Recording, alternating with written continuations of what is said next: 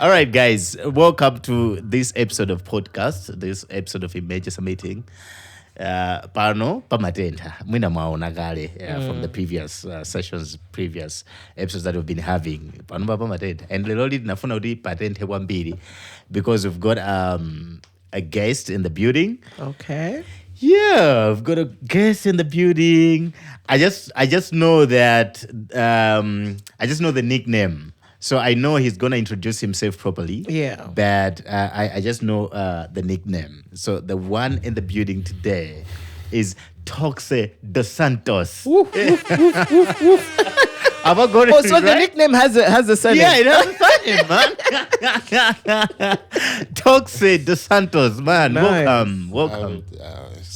Dos Santos, you wouldn't just go. Eh. Okay. That's fine. Okay. So just Toxe is fine. Yeah, Dos Santos is a Facebook. Okay. All right, welcome, man. Thank you. No, it's good to have you. It's good to have you. I think this is actually your second time in the building. Yeah. The first time when we were not like where we are today. Yeah. So you guys were very kids. I was worried about you guys.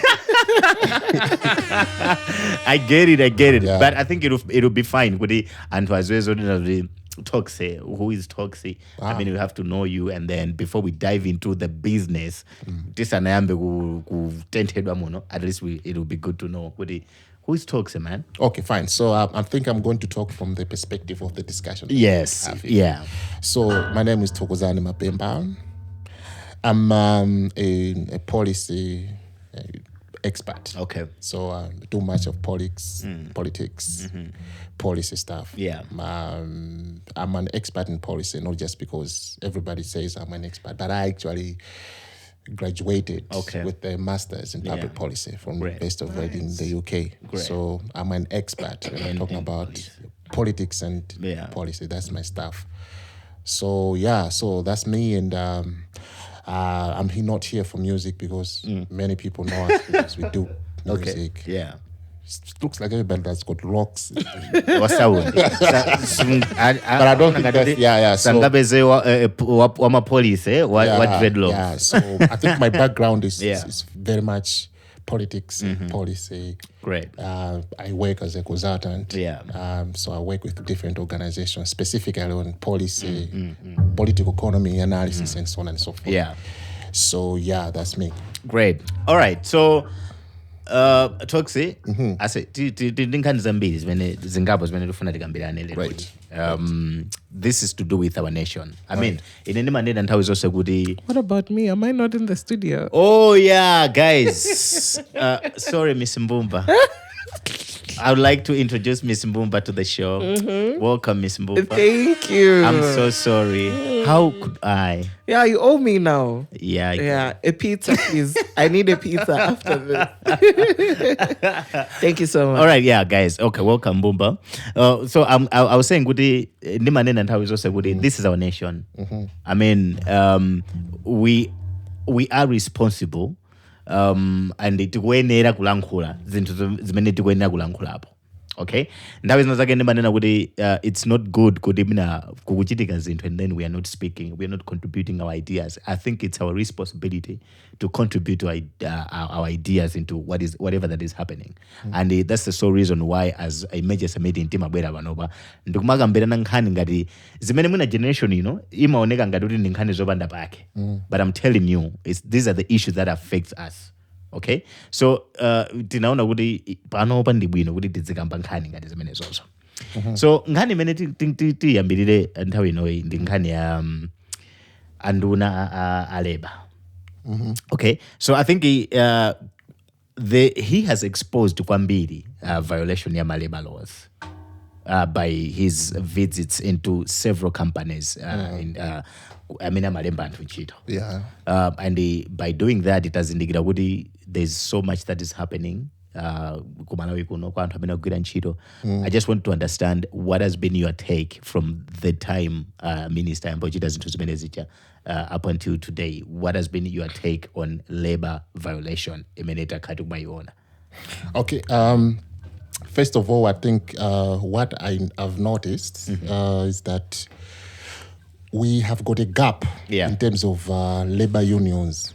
Yeah, you know, every country can labor unions. And the labor unions are very influential. Yeah, so in Malawi, I think we don't have vibrant labor unions. Before we talk about the Minister of Health, of Labor, do we have my labor unions? For example, I'll give you andona janapita mati estates apita kugwira anthu amwenye anthu amene ajawa, do they have a platform where their issues are being presented? You understand? So we don't have a platform for such people. They are more underprivileged in their working circumstances. They are not a white collar type of people. Do we have a platform that represent Antungara Menajawa? When you go to Kubuma, there is a platform, Yama Civil Servants, which is also a desk. It's not working. It's there, but we know what it's there. We don't hear much from them. At least it's that's there. why I would say maybe it's not working. Komano and hawa do we consider them ngata Malawi kuti some civil society organization somewhere or someone else would think about, okay guys, let me come up with something else that is going to present and who kind of mamedi, and who did my garden boy and who agreed kumati estate kucha kapu imene taiona ntchito imene akupanga ntchito imene amapanga honorable engineer Mbumba imene azipanga ndi ma union. You're right. Before we even go to Ministry of Labor, kuti office ntchito imene jayo ma union amene odazipanga ma inspection akaona zimene zijazo ndikumaka auza na Ministry of Labor kuti there is this thing and there is this thing you have to follow up. So we don't. What I've noted was it's unfortunate that we don't have labor unions in Malawi that are representing underprivileged people like those. Yes. Do you think Mwina, it's a contribution by the employers making sure Mwina, we should not have mawegas as a kale ndi ma union ngana manager? Do you think they contribute as employers? No. So the thing is, when you are setting up a company, the law said you need to have, they can decide to have their own warfare. Okay. Malamula akutero. Yeah, like mugwira ntchito ku podcast, you can have your own warfare. Warfare imene jayo is for anthu amene mukugwira kuno mawegas ngati ntchito kunoko muli ndi munthu okanga ka warfare kano mwandipezesa ndikupanga takama ndikuti uyu azikapanga present you understand. Now ine ili imene ndunena ineyo is beyond, anthu aja kakhala ndi ka warfare kawo ndi omwe aja bwana amene amamopa ndi yemweyo. So my problems now cannot be addressed fully. Come, I'm talking about an independent. Munavako kulionekwe. Munavako kuli U50 Wefu. And many other organizations. Have you ever heard of an organization imene kupangalani ndi a white collar people and opuzira koma they are advancing my rights and kuti amufoja? My laborers, munavako organization that are under director and our organization you present my rights and for amagwira ntchito kwa amwenye. Koma muzava ma organization our rights as my because kuli drama. Organization of course. Nkhani meto kamba ndi nkhani kuti kuti ndalama. Interest ya civil society organization. Before we point out to government, do we have civil society space that they can sit down and say, "Fair, my rights have to mapanga za anthu amene amagwira ntchito mfoja mwamwenye mamedi and already they don't have a voice, if you know what I'm saying. Do we have that? Because my issues ena awapanga amomba bweza awapanga address ma civil society organization amene wawa. Now ineyo ngati ndikuona kuti ndine mwenye, I'm coming from India, ndikuzoza kuti ku India ma organization ngati awawa ndambirimbiri ndenda unomala kuno kuno kulibe zimene zijet. I'll do whatever I want, even denying anthu aja kuti akhale ndi kawo fair kawo ka union kawo kamomu jet.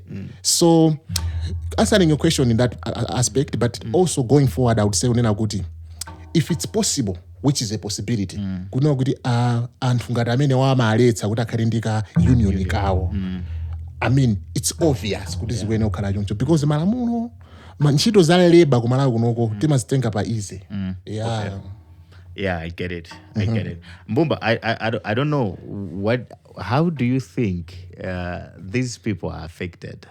Anthu amene amapezedwa ndi anduna kuti akugwira ntchito kwa amwenye, kagwira ntchito mu China, kali kuma TSD. How do you think are affected with the violation of the labor laws?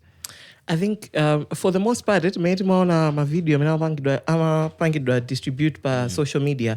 You could tell there was sort of like a sigh of relief from a lot of laborers. Yeah. Could ish finally someone We know is what- hearing yeah. our grievances. Yeah. You see? Koma, I think in hindsight, kunali songa tekamanta kina kai kuti. Yeah. At the end of the day, a minister gavida, the boss What is will still the happen? same. You know, something might happen to us. We might lose our jobs. Yeah. So coming back to what you had just earlier said, kuti, you were saying kuti labor unions ndamina libo jepa kumalai kunoku. Is it? I think I'm gonna throw this to you, Toxe. Is it that? Who is responsible for formulating these labor unions? Is it the government? Is it CSOs? Is it who is responsible for formulating labor unions? By nature, my labor unions, they are supposed to be formulated by Antu. Okay. You understand? I mean, Because Boma Digabanga formulate labor union, they could in you be reporting. Yeah. Because in you, if you're working for the government, they would simugati so good in Nanga, they say good and design. Kumano, what can happen is you guys can come up and say, okay, fine. We have seen a gap here. Yeah. You can come up with a labor union that represents a certain sector. I've heard in other countries there's a labor union specifically that looks at women affairs. Yeah. So you can say, okay, fine. So it's open to Aniageo. The only problem is Aniage ajagambisa ngati labor union yet. Mwina mwake, I'm not saying it's tokuchitika. Koma mwina understanding of mwina magema labor laws, how to learn an institution like that one. Because a labor union, the institution, you need to have a structure. Here, like, you know, our executive director and so on and so forth. You need to have funding. You need to do all these inspections you need to have. So it's a more set up more like an organization. So it's a responsibility of every Malawian that has got a goodwill. Go and to others that and this. Actually, and when it's an opportunity, this is an opportunity. Kuti mutopanga nditu an NGO that looks at labor issues specifically and hamuti kamunolire ningopanga single out as my oka kamena as my ndas bambo antogwira mujeni. I know there is one organization that is also championed by I think a number of people that are working in Mamede and so on and so. They came up with their own and home domestic workers. They have their organization. But I think capacity strengthening for them to understand the labor laws, because if you have got a union, you need to know what is the law, what are the policies, what does the penal code say, and then you get to understand it. Okay, it's easy. So there is a lot that these people are supposed to learn. So you can only say not in a now civil society organization. Capacity strengthening, my already existing, unions. So that's it. Before we jump kwa Andunaji. Okay. When you look at Malo Giranchidoaja, muli anthu ena akonena kuti ndi Malawi, and they are holding top positions. We can say they are holding management positions. They are like a bridge pakati pa ogwira ntchito ndi mabwana kandi achimwenye kandi achani. How do you think kuti anthu awawa they are contributing kuvutika kwa Malawi anzawo? It's tricky. Okay, like let me know. Let me understand it. There are two ways. One, if you have grown up in a system, moyo wako wose wewe waenda mu system yoti wapangidwa place. There you have been rising up from working mulonda. Amabwana awo mukamafusa nakhala ku mulonda nakhala mwakuti aona moyo wawa kwambiri moyo wawo wose ndakakhale bwana ndakamona mfana uja pasi paja kuzuzika amaona za nomo. Good life. It's the process. I've been like this sinkhani oti iwe uzidandaula yayi amaona za nomo. You understand? So even if pali malamulo nditwenera kuti ma standard akwenera khale chonje. Amaona za nomo because you are just akula moyo ngati kuti anachola kuti amakumana nazo. Even when situation like this, there's a figure zakhala bwana. So there is no way you can complain about something they are seeing good it's a normal thing. To defend the rights of the people that are being starving in his country. Because honestly talks, I'll tell you nena kuti magai. I'll tell you nena kuti mabwana amene ali malo amene ajawa. I feel like there are some kind of selfish kuti inenda unapo ma union akumabwera kwa ma employees akulu tifuna tipange zakuti big companies. I've worked for a certain big company, manufacturing company, a big company. Tifuna tipange zakuti ande nkhani tikuinyamula pita no management. Ndikupita ku management kuja ndikokumana ni management. Kena kungodoba kuti palibe chimene chikutani palibe imene chuchitika. Worse still kupeza zoti mungodaba muti magazi aja akuyendera magali moto. You get it? Yeah, that's true. And then you think, okay, you guys, you are the ones to represent us, okay? Even the management is there to represent us. Why is it like you are siding kwambiri kumbali ya anthu ogwira olemba ntchitowa than the employees, even the people that are more in numbers, and they're the people that you also must protect? Yeah, let me give you an example. Last time I was working down in some space. I just borrowed a space in somebody's office. So for a few days, I was working on something else. So I realized, there was one toilet that black people were getting in, and there was another toilet that the Asians were getting in. Okay. So I got furious. And I went to the white guys. I mean, I bumped into their office. There was... They were on top of their voice. I was on top of my voice. You know what happened? A Malawian. And I know that. Okay. If it's Phiri, inyo zimene mwapanga apazi ndi mumba mikisazonera kuti ifeyo anova tizoneka nganula kuti zimene amatipangira mabwana awa ifeyo City Miami kaya. Toilet. Inyo mukavulika toilet kuti fetu kumalowa pano. Timalowa kwato. It's just a toilet. Amatero ndeu. Now, so where am I driving at? Yeah. Before we say kuti anthu ajama awo pamwenye kuti mwina akatha wachosa ntchito, that's another secondary issue. Okay. Amalawi moyo wathu tinakhala moyo anthu ambiri amene ali ma position a influence akula moyo kuti ovutika. Mandiveseseti ndi zinthu zina zimene zimachitika pamene pajapa amazona ngati kuna kuti ndi za normal because it's a privilege. amazona za normal aliyese kuti ufike pa top you have to go through a certain pattern of difficulties. Moyo khale olimba, you understand? That mentality inatikhazikika mpaka na panopa. So we need to change. We neglect zinthu zofunika. Zinthu zofunikira. Zoti zitakutithandiza. Zoti it can make our living conditions more comfortable. We don't want those things because timuona nganona kuti we have to struggle. They are not important. You understand? That's why I'm not toilet. It's not an important thing because a toilet will make a worker more comfortable. Could have got a nice toilet. I can go in. Those are the things. Those are the list that a manager would think about. Look at the toilet. If you don't have to say toilet, kuna lile. Mwande vese mpaka na chakudya chabwino. Kunchito. So tinakula tichose mentality onena kuti tikamakhala pa chakula moyo ofutika. We need to create a comfortable zone. Two, zonena kuti amaopa adi kunena kuti mwina mwake ena. If I act ndio uri muna bangeso nchiro anga so izakhala at risk. Okay. That's another thing. It could be a more prominent thing, but what I know is tikamena kuti Malawi timakhomererana. Kukhomererana komabwera kunota uyu amve kwapo kuti naso namva kwawo. Okay. Chimene yojo chimene chachuluka soka mbiri. Zina zimene zimachitika zichi. Nzono kuti management ichenayi ni mphamvu. Yono ready akatha kunena kuti no. Ife metu kudziwira maloza ku Malawi moko we need to have a clean toilet. We need to have ABCD. Koma menota akula.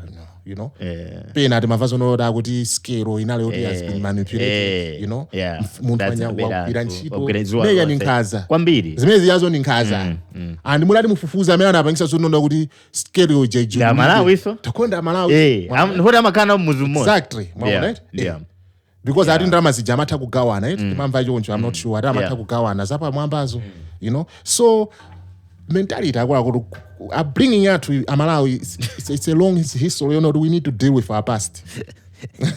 We need to deal with our past. Our past is holding us back. Okay, because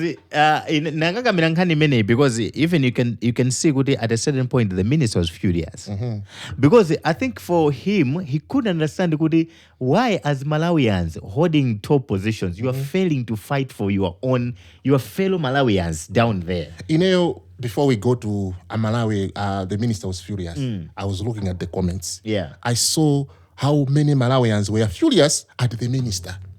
Oh yeah. For fighting for these people. You're right. I didn't want to go to that angle, but no. Right. Let's look at very important as well. Let's look at my stories. On how they were creating these stories. He could have done this. Wamugwira pena pake. Atfanya na makanga wapyantima. My emotions. You understand? Now we are looking at Malawi. Zosiana. Exactly. Zosiana zijazo akapanga malema. akapanga malemu ku South Africa ku Malawi kuno atawawa mantwaza atawawa ndolo kwambiri akangopanga Malawi zomwe zija atawawa afuna oneke ngati ndani wa matempa malema so matempa.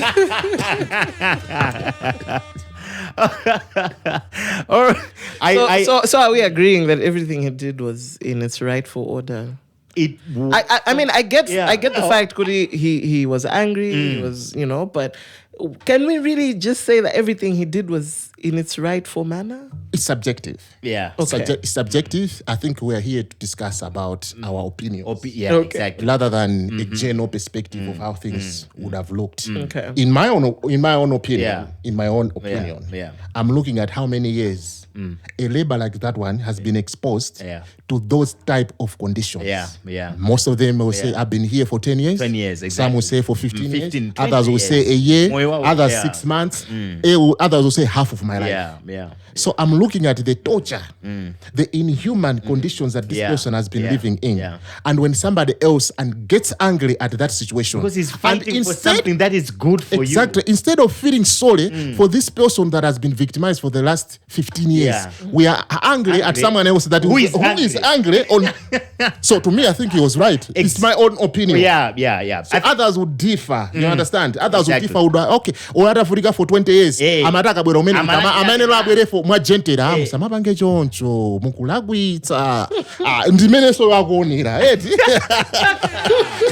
So honestly speaking, I love everything about what he's doing because I wouldn't wish myself in the same position in Malawi. You wouldn't wish that to anyone else. You get it? Yes. Because I'll be like, okay, if I am at a working place, I will need a decent toilet. Yes. Yeah. That is you need a decent wage. We don't have to discuss about that. Yes. You have to provide for that. You have to provide for working gears. If I need a helmet, I need to have it. I must have it. Yes. There is no way I can work in a condition and I would kufunika helmet in a digigroup under helmet. No. Digigroup under safety belt. No. Because it means I'm not secure. Exactly. And you find out even and they are not even compensated. They are not even on insurance. Of course. We've seen people out there struggling. Atu mapanga post in my social media anapanga ngozi kwakuti but they have not been paid. You get it? So I think there is no way I can be mad about someone who is fighting at least for the basic. You get it? So to answer you, Mbumba, to me, he's just on point.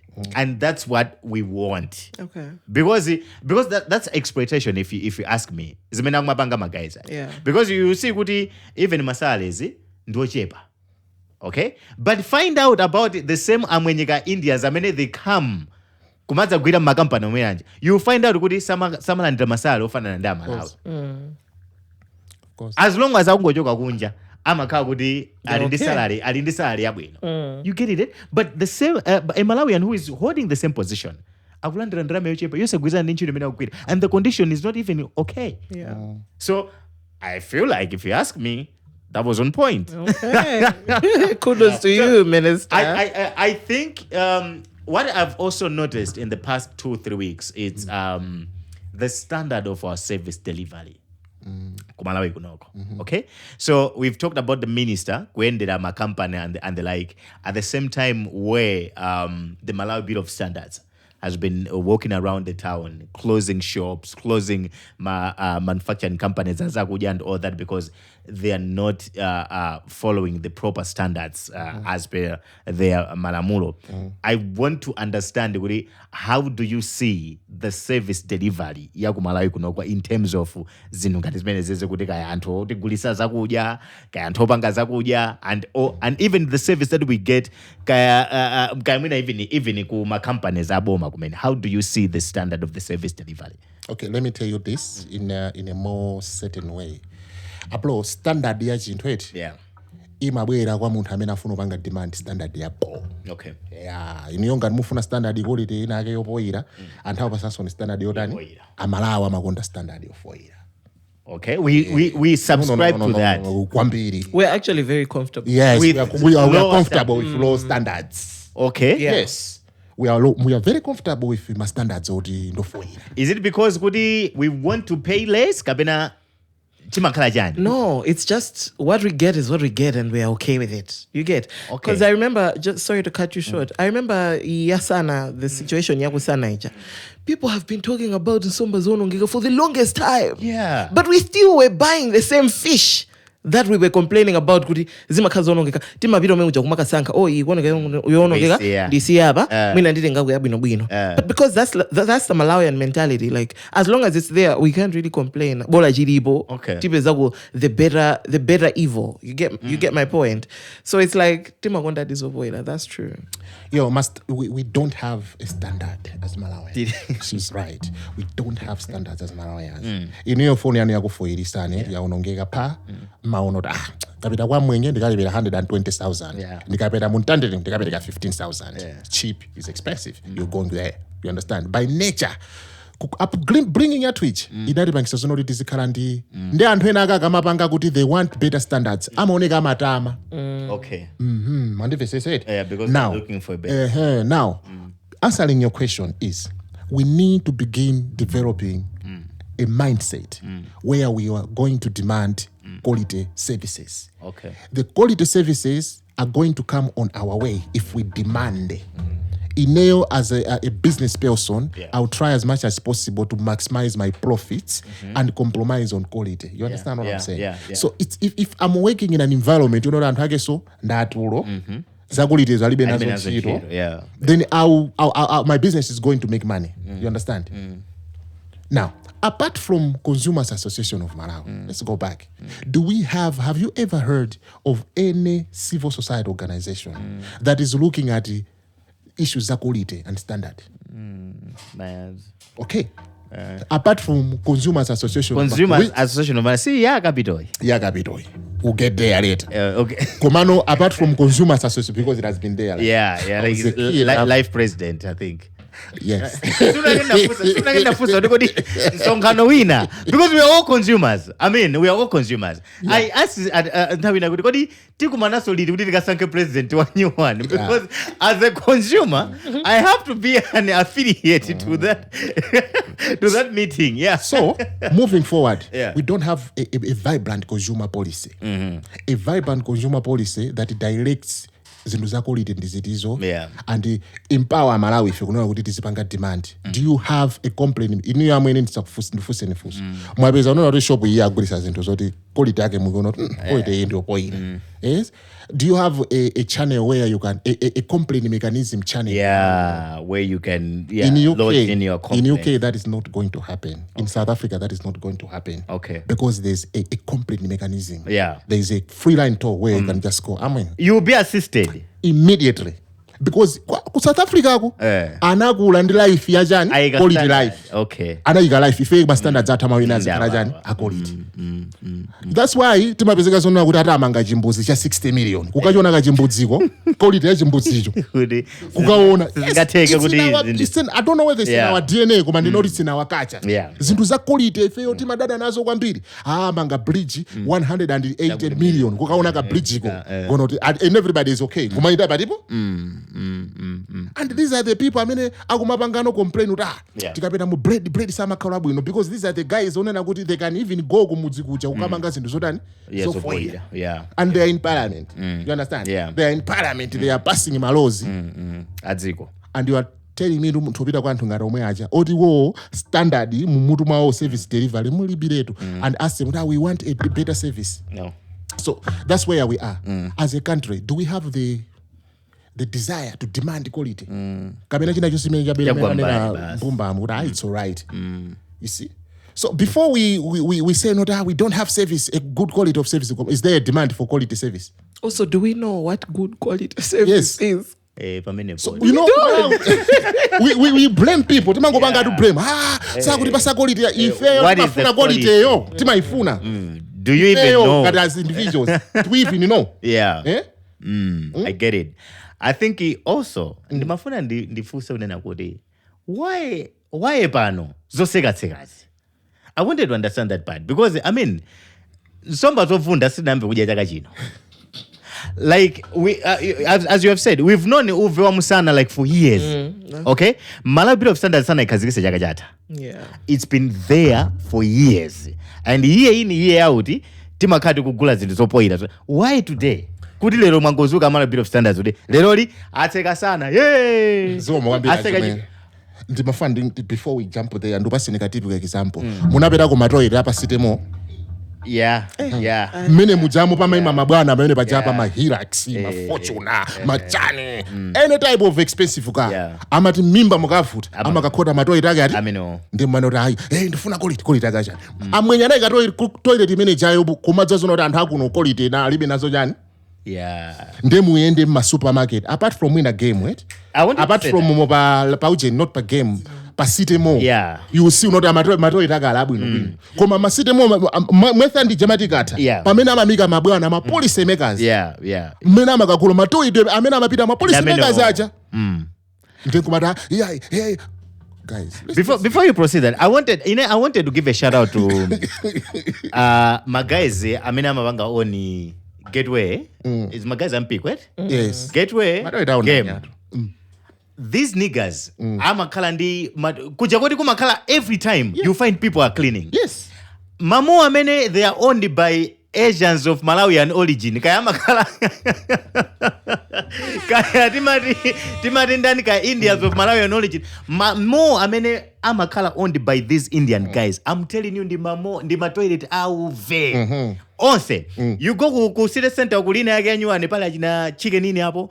You go pa city mall, ina yamanga ya nyuane pa jani pa mwai watu. Standard yao ndi auve kayo imene unene. You get it? Like umachita usazoti kuno timasopo tijama ika mayurino tiji. Sitinabwire ko kunoko. You get it? Like no, cleaning na matoilet. Fungo lima yamba kukulandira mwina 10 meters. Away. Ndiyo kumanoti ya service delivery ripoa. Service delivery. Kumefanya ni amwenye wote malimbikira pe kumama pasa malo dasi manga mamo.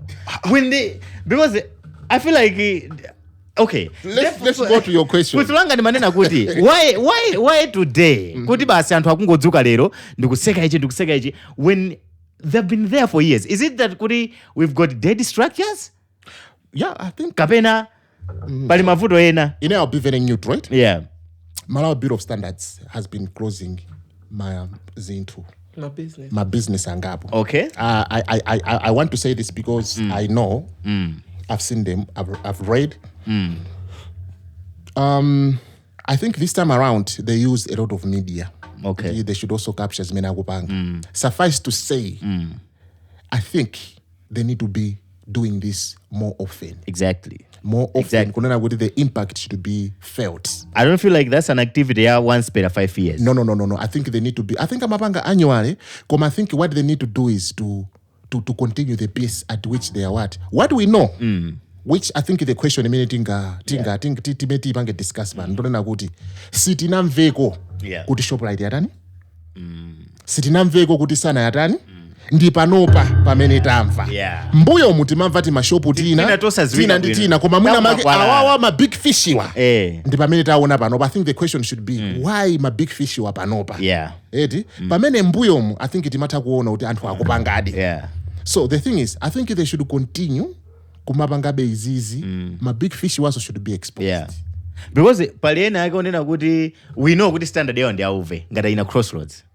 Like pa crossroads always pamanunka so pa crossroads pali malo ojera mbiri pala china Bridget kubaine baja pali timajani koma every damn time pa crossroads pa makalafungo. So that's it's the standard that we are now used to.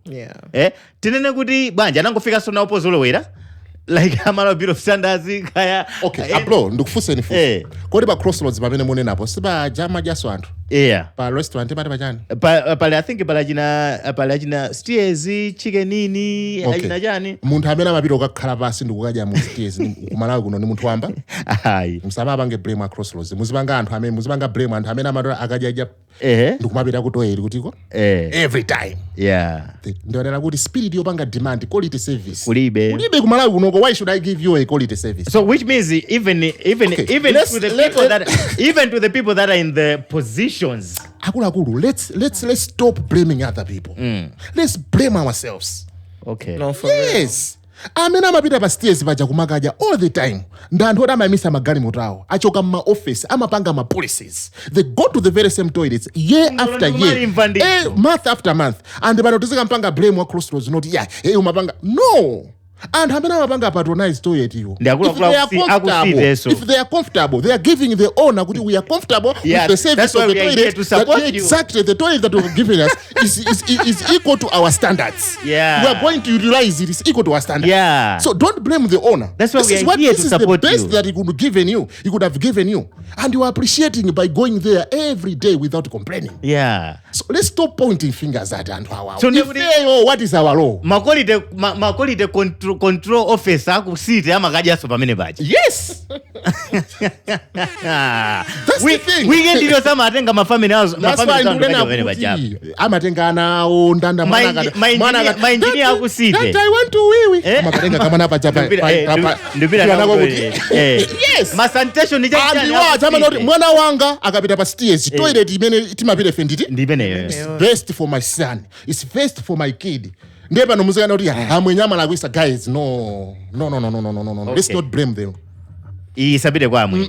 Okay. Ifeyo aniaga mente makodi service mapita kwanda kwa ife. Standard. Ukapanga complain muntu ngati consumer standard isi ndinayo muntu. Muntu uja amapanga improve. Yeah. If you are comfortable mapita kuja daily. No, what should they improve on? They are okay. You are telling them this is the best you can give us and we appreciate. And they are okay with we that. We don't want some more. Nobody complains.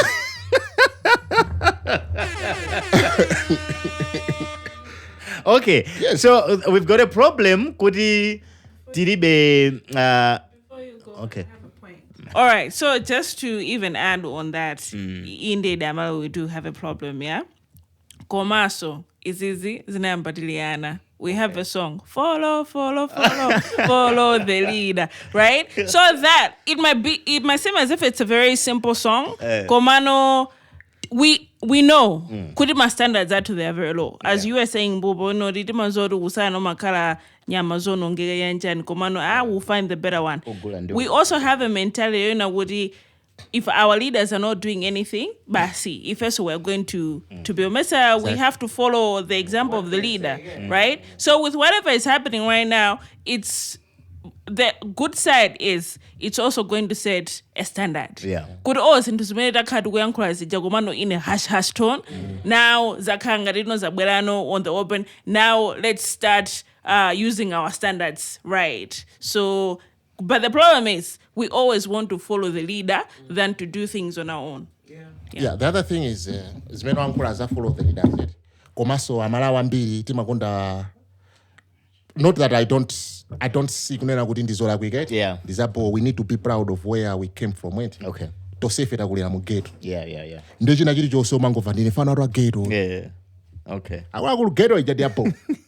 Takulira tose mutimo. Mumene momo. Koma mu ghetto muja muli mavuto. Yezo. Mavuto amene aja munthu zikamakuyendera ngati uli ndi position ino kuti wewe toxinta zinthu zisinthe. Yeah. Kuti mafana ghetto aja kamaona azitha kuna kuti komatu life nditi. Yeah. Ka ghetto mentality kena kake kanabwera kunena kuti kama tipasaso mtima wachimizi, mtima wongokhala stagnant, osafuna kusintha zinthu uyayi. Kuna kuti zinthu zikamakhala choncho marapo imene ndege. Ghetto simene. Ghetto yo ndio funikira. Ndikoma kulimbisa munthu mtima, tosefeta kula ghetto. Yeah. Ineso ndine fana so ghetto. Koma pakakhala zinthu zopoyera ndi manota. Zizi. Ndazona ndili mfana ndili ku ghetto. Kunonso ndikudya mane ndizonaso zomwe zizi. Yes. Koma ukamazona zomwe zija mumapita pa bala pena pake pokamwa moyo. Kulipira ndalama mukumapanga iyo kumanota toilet ine ndiyo poyera. No, izizi zimene mazona ku ghetto amweni. Kunonso ndikudya mane ndizonaso izizi. No, kunena cho tungamota the ghetto age should also give us a positivity. Yeah. Usangorajira Joseph na ghetto asi. It's good. What's up? Shout out to Toxie. He's my favorite. My favorite guest when it comes to these issues of governance. And I think kwa point ya bwino. Kuri kumalawi kunoko specifically kampakani za malo even omwerawo either bad ngati usulipira amwene umafika malo otchuka amwene kumatoera ali wina kana zadandira cha ati makodza kuti umakhota pena paka basi mabwana amapita paja tikakumanatu pamene paja basi umapita pamene paja kuyimirira fortune iruko basi mukoza basi ubotera mabwerera ndire ndumanotiya quality aja anthu angoenda nsewa 49 mabao salisewa 49 muli mafungo opya koma magamo ama menemo ndikumakanena mwenye ndi wausiru guys tizikhati ziganize usiru wa mwenye uli hapo ifeyo so nafe mwenye uchara choka ku Bangladesh anaona usiru wa anakaendera uchitsiru wathuja kubata standard yawo standard yawo okay. But I had a thought, and I think my thought was in terms of nkani ya leadership. Pointing out to Zbenoga Gugu. Kuti nkani hiyo ti follow the leader. Nimeona ngati kuti anthu amene amatisogolera amaziwa ma standards abwino. For amaenda. Okay. Koma neyo ndimakhulupirirabe ndi conspiracy theory inda khandwika mpaka nthawi kuna kuti ndimaona ngati anthu amene akusogolo ambiri amafuna dala kuti zikhala moyo umenewo futi akhala moyo umenewo singapange demand kena kali kofunikira kuti iwo asinthe zinthu because kusintha zinthu pali nkhani ya accountability pali nkhani ya ndalama pali nkhani zambirimbiri so samafuna ndamafuna tizikhala momwemo samapase pressure that's why tikapita kumuzi tukambirana za yera pachile ndi zina zoterozo like basic stuff right zokuti if you start thinking about it like tuzikambirana zo yera pachile lero 2025 you see but so tikabwera even nkati munomo ma standards you find kuti sikuti ma minister makhala kutali minister amakhala momwemo amakoza so momwemoso right amatengana ni sirikali kuwaperekeza ku toilet kwasazoka bwino kena kake konunka mapita koma akakhala kuti apita ku Dubai omwewo apita South Africa apita ku Kenya they are living they know the good standard but why so I still believe kuti it's deliberate to an extent kuti izinthu zina zaka zingoziyangana I submit. I think you've got a strong point. What I would say is in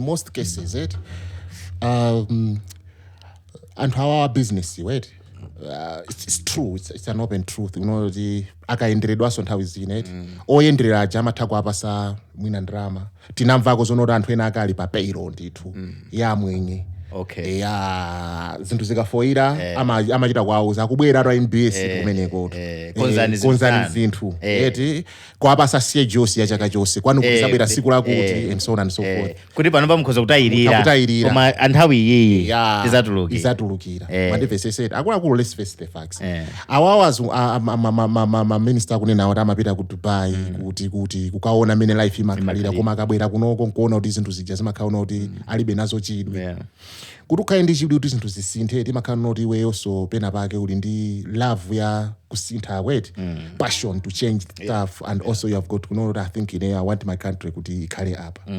Most politicians don't have the passion to change the country and most of the politicians have got a great passion and a great desire to enrich themselves. So whatever is going to object their main objective of zisinthe oka sangathe kutani kuchipanga pesu mpamene pakubwera demand yonera kuti munthu uja mudzozo kuti uyu sangatithandize because yafuna zithandize koma ife tikufuna chiti ndiye tibwere ndi as a unison kunoti ife tufuna demand mfake nazafusa kwambira kuja have you ever heard of a civil society organization kumalawi kuno yomangana quality staff apart from consumers association nani kulibe mandivesese agenda kulibenda agenda ndekuliko ambiri HIV amagay so abwera so ambiri sina kulikashi koma izizi kulibenda ngina makedona sale national state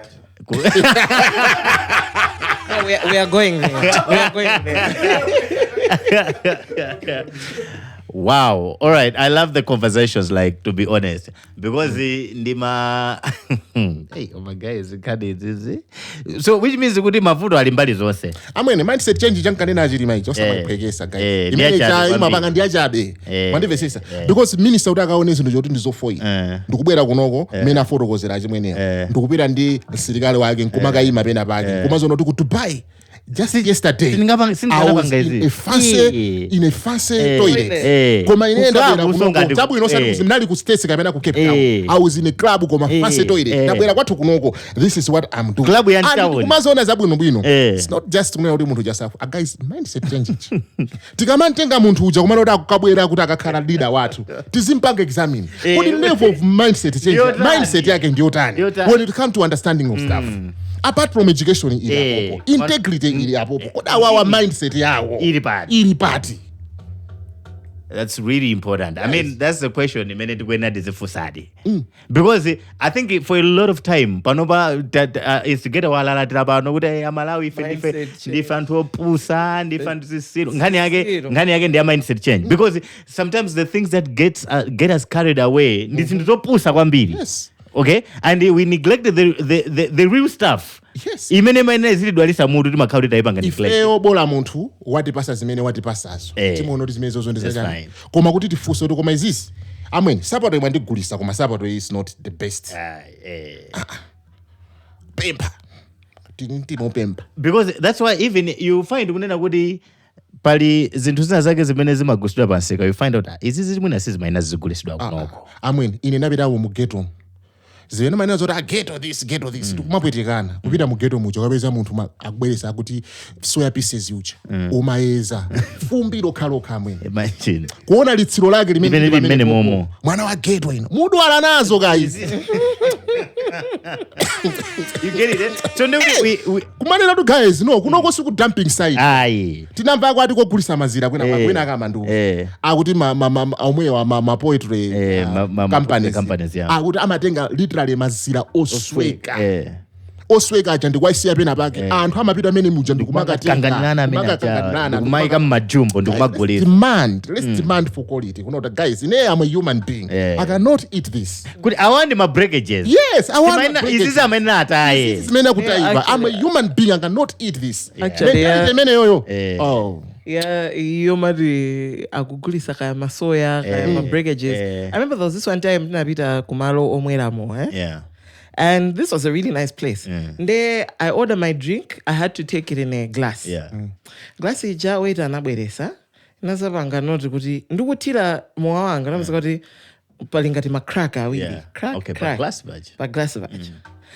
While I was about to take my drink, my friend was like, I said, glass yako rikoneka kuti kozogusweka, like ndiyo sweka.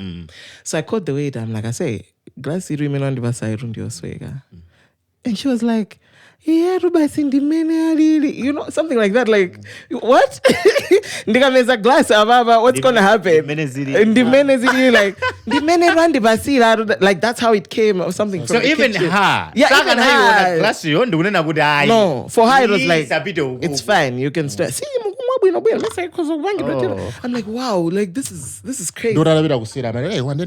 Hey, that's what they say. Exactly. The mentality. But it's small things like that, and you don't understand what it's got a grave consequence. Yeah. So going back to what he said about where is the political will in all this, we have talked about the mentality issue and so on and so forth. The mentality, the political will now is to have, and when I go, they can come in, change our mindset. Yeah. Sector by sector. Panobata banga realize, okay, fine. Zimena banga Mbumba zija, zabanga expose our mentality, our mindset. What next? What next? Yeah. Invest in changing our mindset. Akula kulu quality. Ife ya Malawi. Mulindi ufulu kupanga demand quality ya jani? Ya bwino. Ndakati panga demand quality ya bwino mujama kapanga awareness ngati manager. Ife ta idzi wangata Malawi. Ndeti twambo panga demand. Koma what usually happens zimezi machitika Malawi. Tine na kuti tufuna boma lipange zakuti. Apanga zimezi ja for a few days, a few months, because they just want to cover up. Koma because if mentality that to sina sinti. We'll get back to somewhere. Zizabwereraso and life will be as usual. Agula gambusi lero zikangotha basi. Ndeti kufunika onola udanthu ndithu a minister of information aja and so on and so forth apite mena enda anduna mucha. Ukauza munaona zimene anena zichi malamulo akutena ufulu wanu. You deserve this. You deserve this. Now you are planting zimene zija mwanthu aja. Mukhale ni ma union yano panopa zikamachitika chonchi musipanga report channel imaenda chonchi ndoti mwapanga empower anthu achi koma likanoti azisinthi angopita azasinta 3-4 days koma without changing this believe it's good. I always love the idea of changing mindset because kumanima ziona kuti mabwera ku psychological. Nimuona ngati ngati Malawi is a partner who has been abused for a long time. True. Afunika healing. Yeah. I think we don't talk about this so much. Yeah, that's true. Tukuchokera ku slave trade.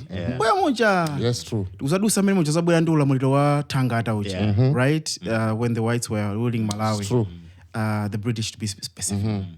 Ati menya kuligwisa ntchito ulele vutika kena ku one party system. Right. Pedwa mene moja kena ku party democracy abwera. Kena kuti bera kuzafika mpaka napana. Right? So this abuse yasokoneza mitu ya anthu kwambiri. We are traumatized. Ndi anthu kuti tinasokonekera maganizo. So sometimes tikuchokera, that's why nthawi zambiri the argument is always the same. Napena pake. And people were talking about this. Kuti if you go in a meeting, Malawians don't speak. Okay. Yes. So if you go in a meeting, muli Kenyan, muli Nigerian, muli Malawian, muli Zambia, waku Malawi atuluka mosayankhula. The rest we discuss, agenda iteka bwino bwino mpaka anthu atuluka. Okay. Chimene Malawi samayankhulira. Nchifukwa kuti we were instilled in us the fear of speaking. Yeah. And it has created a culture where it has become a behavior for us. Now that affects how we deal with situations. And zizi ukamba zoti mindset. So mindset jima zabwera kuti okay tikambirana. Koma anthu aja they are bruised. I think, and this is my suggestion, there has to be a way where we have to introduce the process of healing. Anthu abwerere mbuyo ayambe kuziza kuti ndiye ndani tuchokera kuti Malawi ochokera kuti chikuchipangisa ife kukhala ma behaviors ngati awa nchani kuti nchifukwa chani ma countries onse around us akuchita bwino alibe zinthu zimene ife tinazo ndi chani. So you start pang'ono koma tiyamba kuzikhululukira toka. Achimene mwakafunda apo koma ndingofusa kufuso. Achimene ndofusa nifuso. Munava koza Rwanda Rwanda 1993-1994 anali ndi what they call the biggest genocide. Ndipo mpano ndikaleka ndipo mpano abanga hero America sanapange hero. Now when you compare you Rwanda ndi Malawi, which one would you say, koma anthu awatu akuziwa chimene akupanga? From mindset change. Rwanda has even no matter koma nkwani Rwandans umaita kuona kuti ndi anthu kuti ali ndi chikhulupiriro pa moyo wawo. Okay. Ndi anthu kuti ali ndi kuchilimika. Koma adachokera kuchani? Ku genocide and everything. Which tells us kuti what happened kuti apange move so quick. I mean, it settles it's leadership. Okay. That's why manena boyambira abaje tikamanenga kuti uyu ndi minister uyu ndi sogolero watu all over church tikatenga mfano oti ali ndi mindset ya nyato zinthu zimatani iwo aja anapeza mfano oti mindset yake ndi achani ya sharp. Okay. We are going to talk politics I think later. But the question is, when I was young we are learning about civics. It's the start of government and its people. It was limited because it was trying to tell us what is the government structure, what need and what not to do. I think Antamena Nabanga passed through that process. Anamba kuzindikira zinthu zina ndi zina. Eti? Yeah. Kumalawi kunoko ku America kuli subject umaphunzira za America zokhazoka. Yeah. Ma president oyambira nali ndani, America makhulupirira chani, vision America ndi chani, timapanga chani. Kumalawi timaphunzira grasshopper, abdomino chani. There's nothing to do with us as Malawians.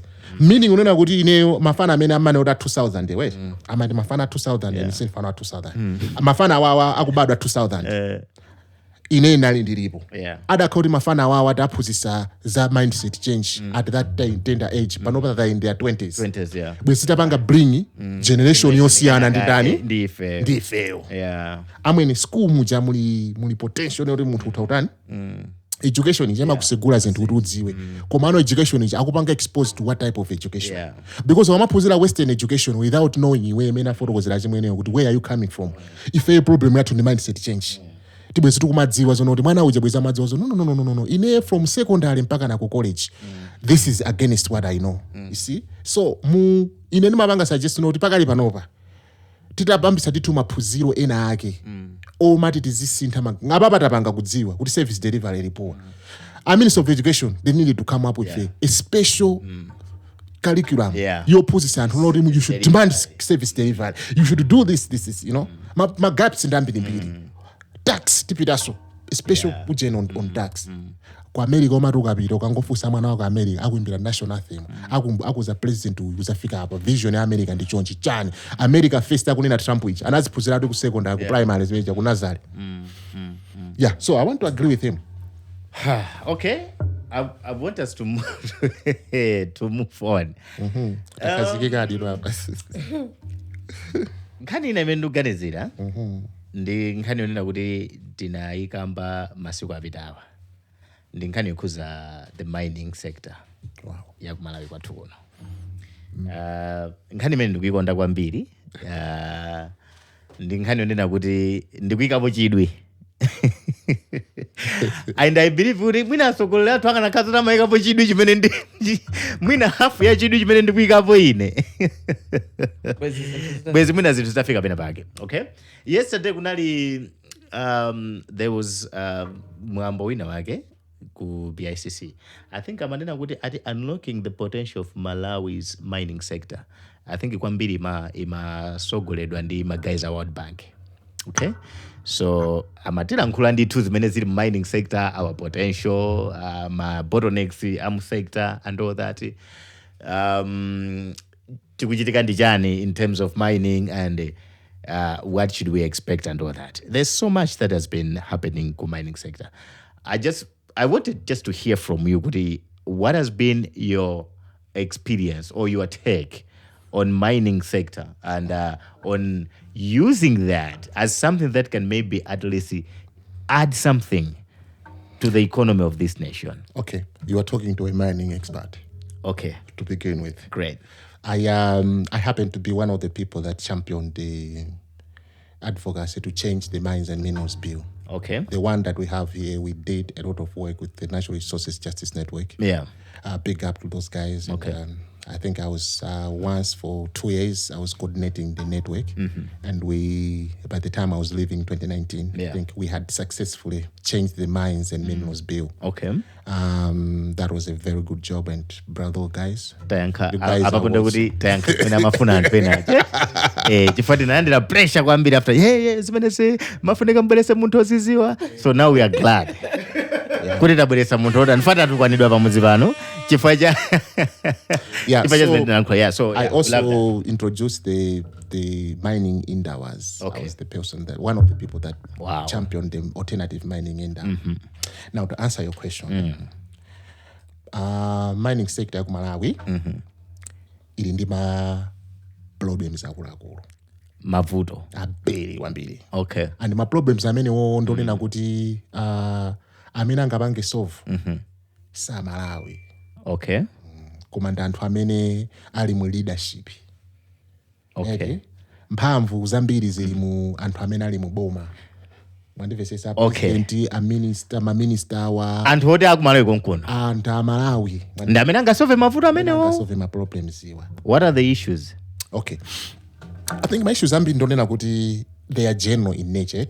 One thing that you need to understand is ndonena kuti Malawi mining is a new area. Yeah. We have been told tobacco and chuma cha dziko. Yeah. So I'm not going to too much go into my technical. Let's talk to our viewers what I understand. Now, when it comes to mining, mine ujakabwera. Kuti wabwera kumalawi kunoko ngati miner. Yeah. Ine from my experience, ndimaona ngati nona kuti anthu amene amakapanga sit down ndikupanga negotiate. Yeah. Contract.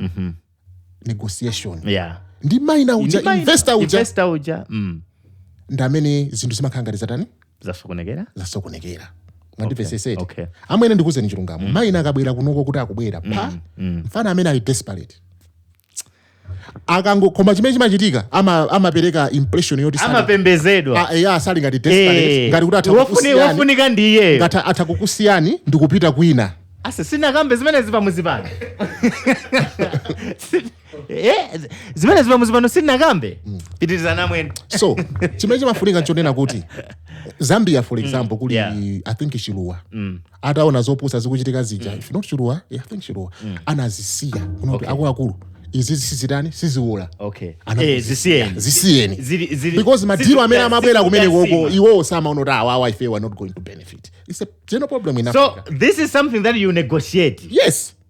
If my minerals are made now, the whole world knows. If World Bank can come and make a presentation on our minerals, they have got a great interest. I'm telling you. You understand? All these white people that are talking about, they have got a very big interest. I'll cut you. I commented because I watched the whole program. So I commented, Kuti, is this easy? Why is it that it feels like we are not in control? It feels like Winawage is coming because I mean the World Bank guys I'm a true some figures. Yeah? And they are producing figures about it to Ziazodi munali anduna munali antu akula kumamini say also kangati they are being wowed by the figures. What I can tell you is I'm okay, fine. Off record it. I'm not talking about this based on the I don't talk about Zammabu. Mining policy went out we want to be very practical. Azungu amatenga mabuku ajagwasi hapo become practical. Yes. You understand? Exactly. But once we follow a certain document that has been written by a white person, they are going to corner us because that document was basically written by them. Yes. Now going forward, what is the problem? Kwambiri. We don't discover minerals. Okay. Yeah. We don't have a vibrant technology or an advanced technology that can discover minerals. Kodi kauniunuja. Nchido yake nali jani? World Bank. Arabanga sponsor me World Bank. Okay. What was the outcome? So they wanted to. Was it just about mapping? Yeah, exactly, mapping. They said they want to map minerals. I think what they did, sometime back. I think these are the results that are coming out. They're trickling down. Yeah, you understand? Yeah. So, one, ndege zimezinkaenda za Malawi. Zinali za World Bank. What they said? And Pamela Janabwera with their funding and discovered what is in Malawi. Yeah. Now, the problem is, as a country, we are rushing. Okay. We are rushing. Okay. Kunali palladium, we know what happened in season 98. Okay. In terms of us, our negotiation power is too, as I said, is more compromised. Yeah. We need to come to a point where we can be comfortably saying, we have got a team that can go and negotiate a mining contract. Yeah. Which is there. You can learn something in order to negotiate mining contract. But because also there's politics that is coming in, somebody wants to also that says, if we are not ready. Chimejida kachitika nchonera kuti mine uchakabwera ife tikabwera you come into miners, what would be our percentage? Osati ma royalties here. What would be our percentage? Katundu indwa. Inuyo mukamabwera kunoko mutifeyo mutitenge ngati ndife stakeholder. Number 1. Yeah. Musatitenge ngati unoyo muzango panga mine, then you give us ma royalties and so on and so forth. Ndeti ambe kupanga negotiate. Okay, fine. Iniyo sina yose sichikhala chanu. Ifeyo stake yathu mu project yanu ndi 40%. Ndeye ujambe unoyaye mandipwete. Negotiate. Yeah. Chabwino 30. Okay, 30. Apart from 30, maloyalties iso muzitani?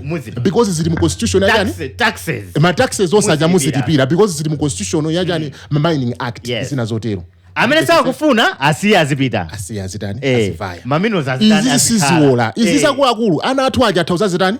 Maybe they can best understand that it is. If you tisapange rush, kunona kuti zitipange. Mandipese said, we need to say if we are putting our foot down. Exactly. Investor ye kamena muzaona ma Chinese atani?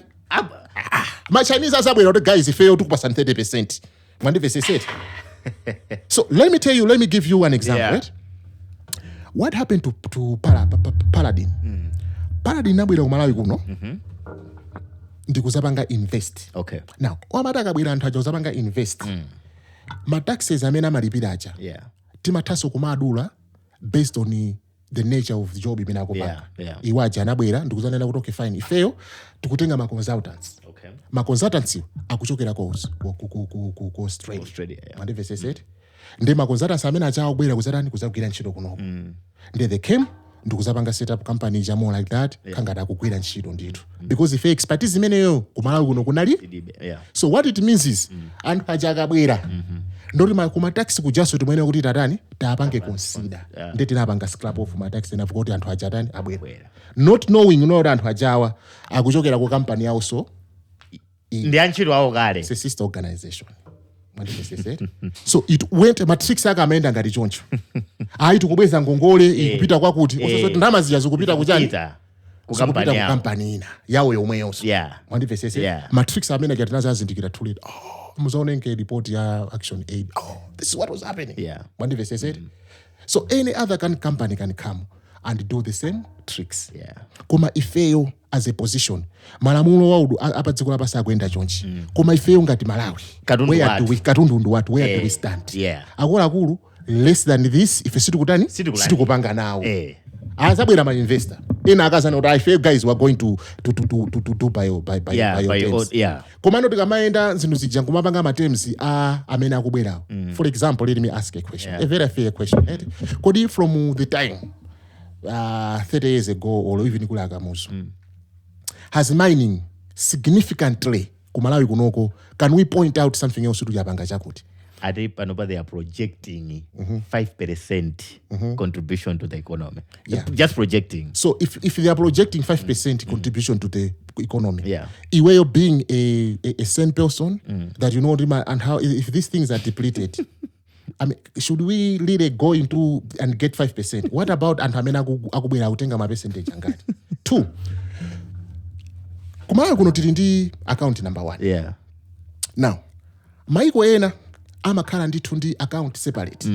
Yonena kuti ma mining procedure aziro wakutiko tizaona bwino by the end of the day tizazoti nsewu inali mining. Building zipatalize zinali mining. Easy zinali mining. Kumalawi kunoko we have not because our natural resources once you harvest them they are gone. Do we have a proper financial system or ma mining procedure azilowa kutiko tizapanga track 5% mungu inena itizipanga track ikola ma billion akuti ndumano takula ku parliament kuja from mining this is how much and from mining tapanga zakuti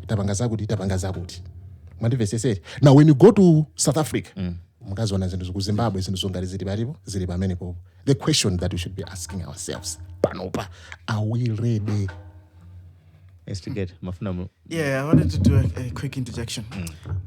We are aware agriculture is not helping us tikuchita agriculture koma agriculture yathu ifoti maipanga in a crude way ma mega farms abwera there's so much that is happening in that space koma we have not seen any significant growth.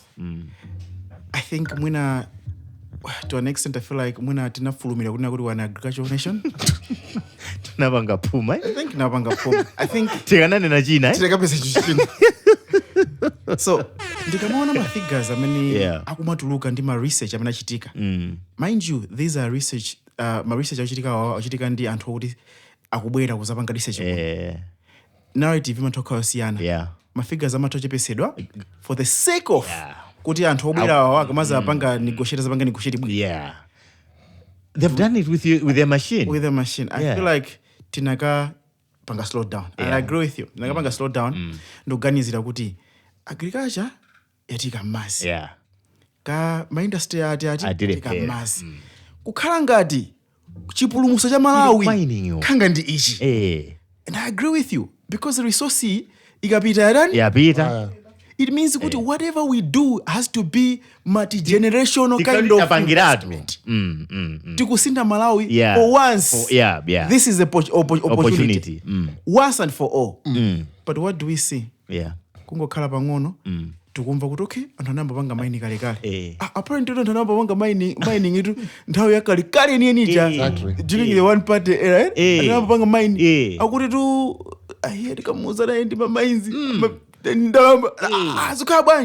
So the other thing is as you have put I'll go back to agriculture. Agriculture the why we have failed because we don't do value adding timangogulisa za raw tupita so ku mining mindset we're not even thinking about how can we improve this. Uganda they have got a very good refinery, a gold refinery plant mandivesese ife golide kuno kwali alipo amapita wachani walo panopa reserve bank inambo kugula koma kuti sikugula so mulingonena kuti wambiri akutuluka through of majani course akutuluka ndiye ngati tukanika kupanga control gold wambiri kutuluka we don't have that security structure. We run that big huge How can we land that pains big me. investment so Toxic.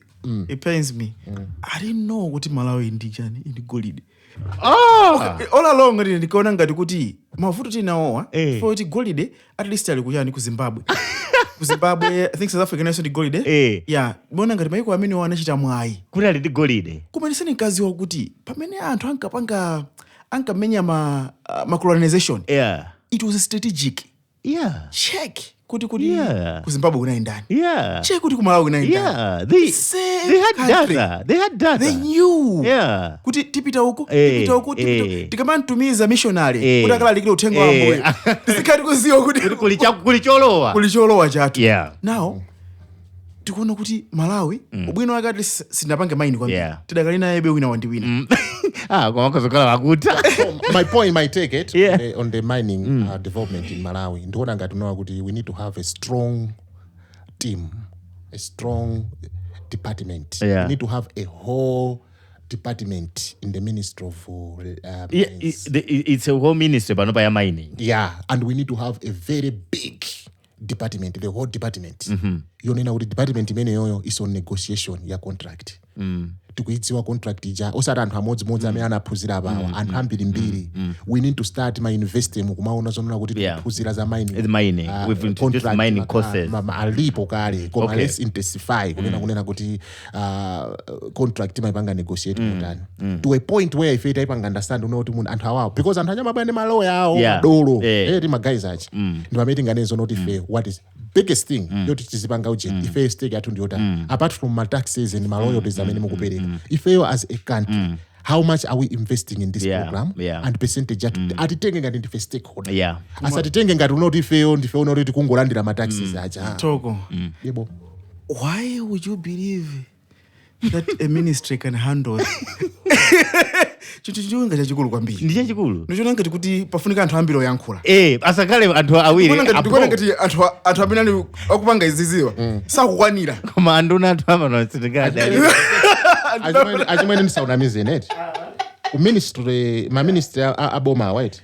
muli magayizi ansero no I agree to I agree koma ndikuona ngati this is a national matter to a point yokuna kuti chifunika chikhale ndi dialogue yaikulu kwambiri of course I agree than ma technocratic mwina directors atatu follow imene yoyo ndisaunamize ndi ngini yonena kuti siyofunika sokambirana ine ndimaona ngati unena kuti ngini amayining eti panopa information yambo panga trickle down koma ndimaona ngati kuti pali information ili ambiri imaambisidwa anthu ambiri sites ine ndimaona ngati kuti if you are to ask me ndimaona ngati dakasiya kaye for the next 5 years tikonzeke bwinobwino tikonzeke popo because imagine even exploration akuti sitimapanga tokha explore no sitimanga explore timampasa mpata munthu azapanga explore ampeze ndeti zipangana negotiate of course exploration amapanga ndi investor nde akapanga explore muja mampasa so actually you give him the license for exploration so we have a license for exploration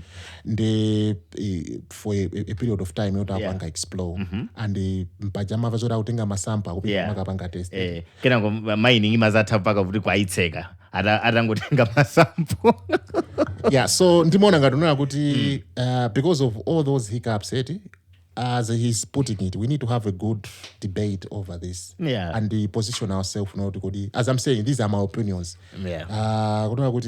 Are we ready to go into mining or not? When I was not there here in Malawi for some time, but when I came back, I saw a lot of developments in the mining sector. Zintuzina zimene ndimazoona kuti sisi kuteka zinamba kutani kuteka. Komana bendikuona bonena kuti we are not yet there. And ineyo, to be very frank, we shall regret one day kunena kuti we lost an opportunity. We lost an opportunity. One, economy yathu itukanika kuipanga. A poor person olokumpasa ndrama kutupanga business. Ndipo vurora zipange chani manage. So if we can be economically pena paketi is stable because panopa we are desperate. we need forex, we need chani mavuto ndambiri. So if somebody can come in deal inaliyonse yopoint tilandira because we are desperate. Komano akulu this is a very serious area. Ndio lena kuti msingini yoni tu yongo panga for tipange. Kale pansi kuno bwino. Because I think ena umaona kuti this is a solution to our problem. This is a solution to our forex. No. This is not an immediate one. No. Hii ndio funga kudeka. Even if it means you know failed, we can set up a platform you know mafana wawa ndamene azagerere. That's all right. Kale greedy. Kale greedy. Tikungopanga set up no guys ngini mafana waga azabwera so no ngini ayiyendesa ibabwe no bwino. Let's not be greedy. Awa ndana twazatani azagerera. Mwandivesese ndikunena kuti ku Zambia kuja anatseka azakopa zicha panoba ina ngoti aitsegula economy yawo ije Africa chani kufika pena pake mwandivesese now all ku Tanzania so uje mining yawo imakhaso very serious siya chibwana mwaona so you know ndikuona ngati noti one tukani kopanga bwino mwina nge negotiate ku contract ija sikumakhala to our advantage. Two, we are not there to invest as a stakeholder. We are there as a government you know kuti ife tingolandira machani ma loyalties and ma taxes and so on and so forth, which is not enough. Mandivese said azungu anatinamiza kunena kuti ife ngati dzikweti tisamakhaleso kwambiri involved in my investments anabwisa privatization and so on and so forth. Ukanganuna kuti we are working in a liberal economy yoti my investor na many they should come in. No, that's not right. When it comes to my issues ngata mining, the government has to be a big stakeholder. Apanga invest amwene mupanga invest jan 3 billion. Okay, fine. If you mukapanga invest 3 billion, if you are going to invest 1 billion in this investment, apart from that, land mene mukupanga ndani ndiya ifeyo. Ifeso yitu kuipanga so charge imwakuti pamano pamene mwayimapo ma tax ali intact. Nde ifeyo tukupanga nego no ifeyo muti basa 30% or 40%. Ayi achuduka imene mwakuti 20% akupasani plus ma tax aja inu mulijani muli safe. Koma tikamano oti ayi limatengani china chichonse ife mungo tipasa misonkho yake itakula. So we zoti enelezazo ndeti linazo kuchita bwino and all that komano mpaka na pano ngati mwina ndi mavuto a Africa mwina si mavuto a Malawi yekha koma mpaka pano tikufika pachoti tikulira chifukwa choti ena akanena kuti satigulira mankhwala.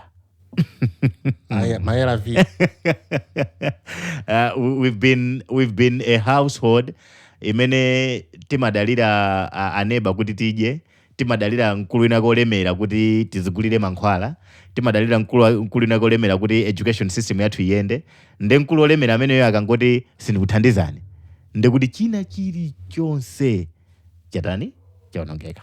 I want us to talk about the Trump effect. How okay, by the way, I'm a Trump supporter. Yeah. And by the way, let me also tell Malawi bit akumane urife uri masapota Trump nde mumati nena mwaona mwaona pa Trump kwa mungu kamsapota ujawa wina akulu ife city voter wa America ana vota Trump ndandu hakuma aku America ife yoti mangopanga support chimozi munthu umasewera Chelsea umasupportera Chelsea iwe si waku Britain kapena ku England you're just a supporter. Yes. Trump boma so 2025. Okay, so I wanted us to talk about how this is affecting Africa and what it means to Africa and what is it that the African should know. I think maybe we have done something wrong or we've been doing something wrong. Okay. To begin with, this is what everybody should know. Yeah. Agulagulu. HIV is an Africa. It's a Malawian problem. It's an African problem. Yeah, it's an African problem. Yeah, HIV was discovered in the early 1980s. I think in 1980. Yeah. So from 1980, kuzafika panopa. Yeah. It should be about 50 years old. You understand? So I've had this problem for 50 years. This disease for 50 years. There's no way out at this point in time. We can be saying we are still thinking that the United States should give us a solution to a problem that has been infringing pain on us for 50 years. Yeah. You understand? Ine nimeona nganoona kuti after 50 years we would have found a solution to our problem. Ma ARVs acha bwezi tukupanga ifeo konka bwezi tukuzosona kuti scientific makeup. Yeah, I know Malawi kuno there's one investor that is doing my ARVs, but I don't know how far it is. I'm sure not that they are going to be expensive anyway. Komano this issue of money nakuti we have had these problems for a number of years. So we should know. Eddie is not going to be there forever. Okay. Eddie is a kind of limitation. And has now so in my economic pressure how they will say I face we have So it's not just about my ARVs, but Eddie in general. Yeah. So ndimona kanona kuti as a country, as let's start from a continent point of view. As a continent, we are so used to aid, and this is what I wrote in my thesis. Okay, we are so used to aid to the extent that politicians and the people that are running government, they have taken advantage of the aid to practice a lot of corruption. Okay. Because akazozoti kukubwera aid amazoti ndrama zitakuja guys ajakabwesa dola zisipira ntchito. That's what I discovered. And I did a very good literature review on this. Amazozoti kukabwera kukamabwera aid ikamabwera ku Ministry of Health the government ndi ma priorities awo. Ma priorities aja akakonoti akufana na ndi aid ija amati aid igwire ntchito ndrama zija ndikutani ndikuziphaka. Okay. You see? So America panopa mapaika I think 340 million Malawi kwacha dollars. Now ndalama zimezi zikapita mauje no siyana olongati ndi ku Zambia kandi kutiko akaona kuti ndalama zija zikufika ma area azona kuti also priorities zili amachosa ndalama zija ndikumata the aid has boosted corruption. That was my argument. It has boosted corruption to a certain level yonena kuti chipanda aid bweziruma zoti guys ndizomwe zitu tikaja izizi palibe sokwina. Tikaja izizi palibe sokwina. That's why Trump ujatangodwa panga mujoti maine So the problem with aid imene mabwera kwa Africa kuno anthu amadziwa. Have you ever not wondered kuno kuti dziko lakuti corruption ili yafika apa koma uzaona DFID dakali konkuja general dakali konkuja azakuta dakali konkuja amadziwa kuti ndalama zathu izi zimapita uko zimakapanga chonje. But in the course of doing that the problem is kutani. So if instead of kuna kuti tizipanga I would have loved really if that was the situation which is going to be more devastating ma eda mbiriwa adakakhoda apangidwa frozen Malawi. Very unpopular opinion. I would have loved ma eda mbira adakhoda apangidwa frozen samutipatsa. I'm telling you even munthu wakumudzi would have been on his toes and making sure every Malawian paid ikugwira ntchito. Exactly. And town muno would have been lies not guys every penny made kukwera panopa ikugwira ntchito. Koma mati mukapita ku kwantha kumudzi amazozoti ngati boma sitingatithandize World Vision itithandize ngati boma sitithandize achakuti alithandize. Koma at a point where you are so desperate you don't have anything else to manage. I think that's what usually happens. And it's not like ndrama zotilibe. Zaifeo. Mesa makamba za mining.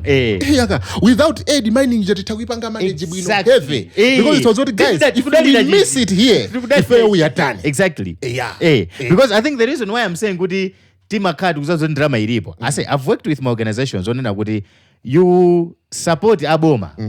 Amubere ku meeting mafuta tikuthirirana. Mwatira mafuta iyo so kumene koko atenga mafuta amene ali pa allocation yawo. Okay, musadapite kutala chimwene kunali covid Malawi anthu ana kunabwera aid yaja kunabwera aid ya covid okay covid mapanthu kamene mapha makoso mapanthu ena so azibale athu anamwalira simunaveko zoti ndamasiya zilajedi opanda chisoni koma for dali aid actually they were recorded while discussing transactions. Remember? Nduna za DPP zinazake. Inenda ngone na anajambulidwa. Nduna za DPP. Au kambira na transaction. Ndiwa hepe. Anga kambira na za allowance pa kamera. Akuti iyi ndiye watumiza kale. Sina lo imene ilo wanthawi yanji ilo ya mafuta.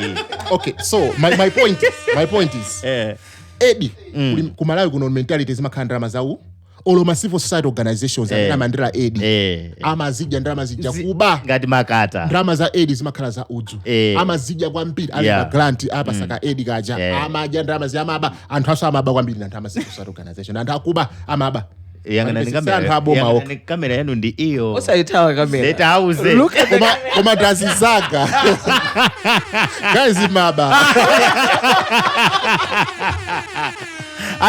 I love, because if in end makamba izunena kuti it's not like we are poor. No.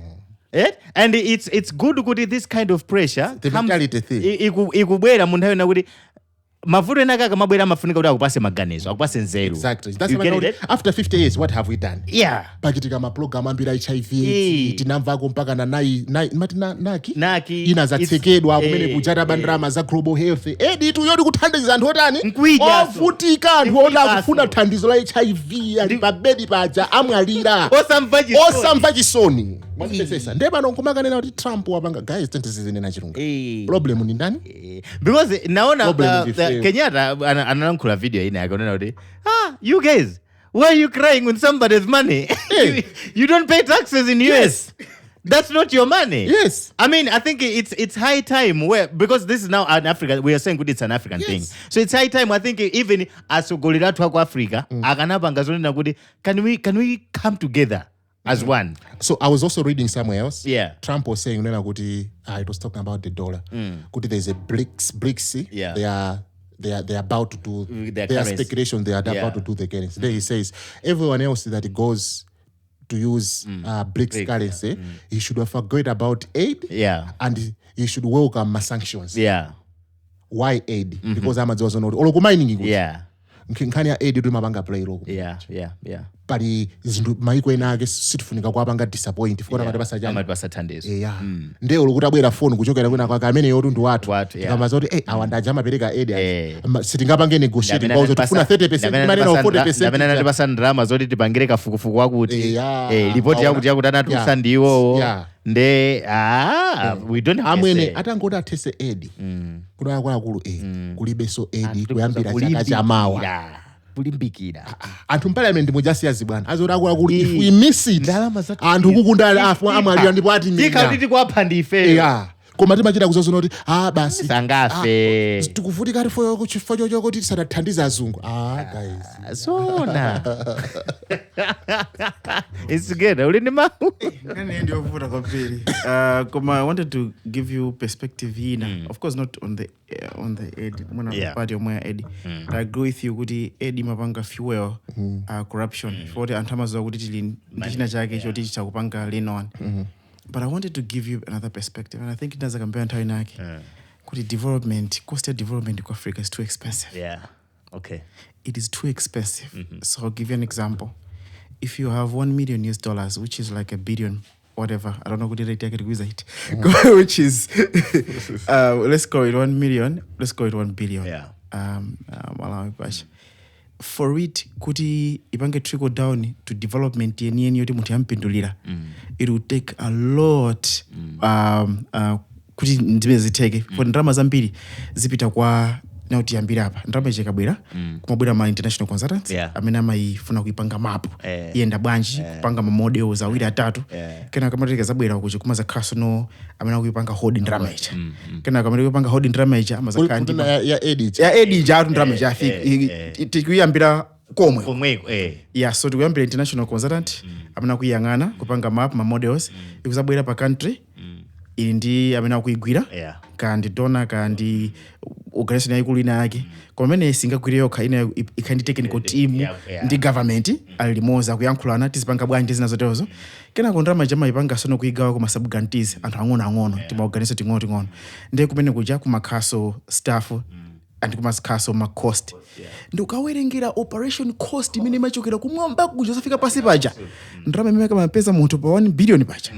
imatoka 200 million 800 seja ya vaya and sometimes I've always wondered kuti ndijani why is this the status quo koma it is what it is.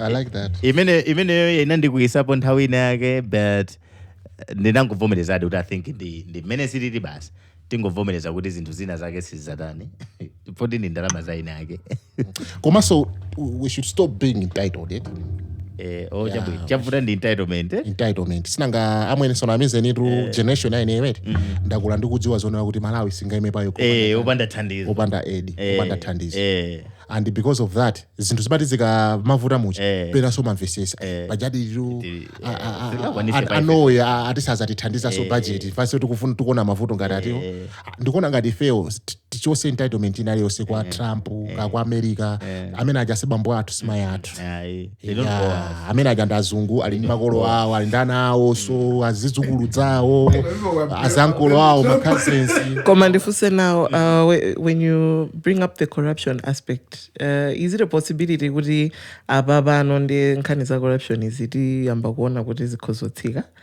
if we were able to stand I didn't even finish my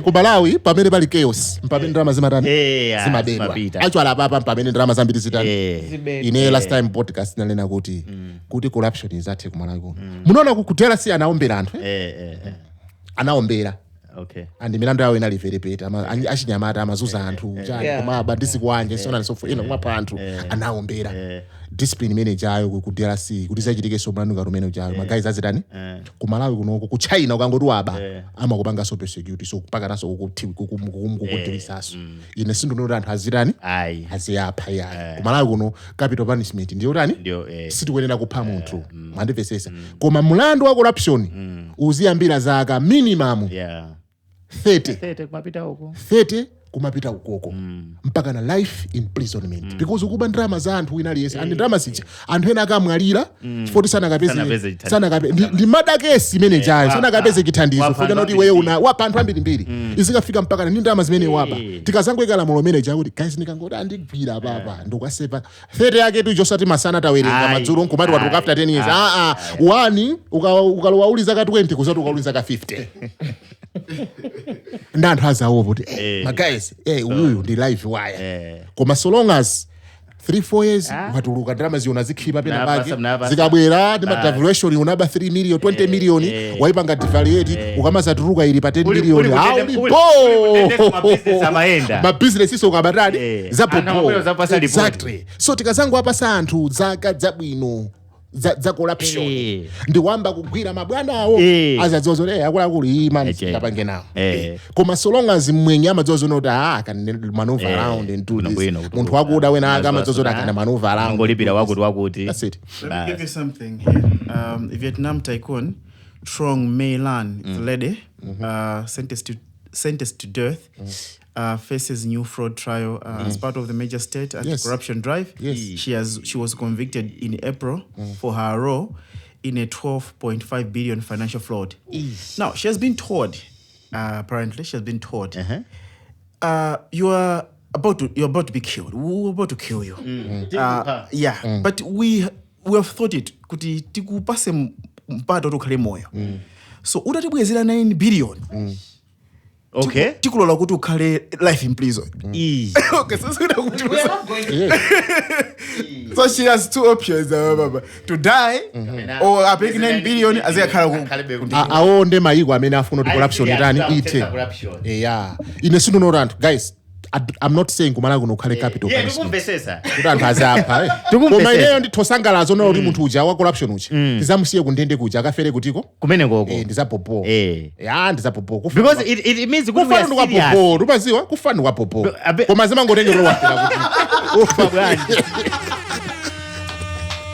zimangotengera wafika kundende kapena wafika kuteka awawa akubawa zikafera kuti kwamba zaka 430 kumapita ukoko I see. Nde anthu aziwopa amwene panopa ine amone 30 ndakandipa saso 30 ina ndisite basi moyo wanga watha basi pamenepo utumaopa ndizangofikira retirement nde to answer your question It's not gonna happen. timaipanga harness, you know Eh. so ndifanda anthu omwe amene amatithandiza makwalalamu komanso corruption sinanga ina ili interested pena paliponse pa filling station lasta tikumathiratu hafu kumangothiratu wa 50,000 lasta mandagwira ndi 6 seat imeneyo ndi pali 5 pin kulikonse ulo mafana wasamaziwa zokuti corruption kumalawi starts from there. So yeah. Wow. Hey man. All right guys. Ngani zaliuliza ndowaza kuma, to be honest.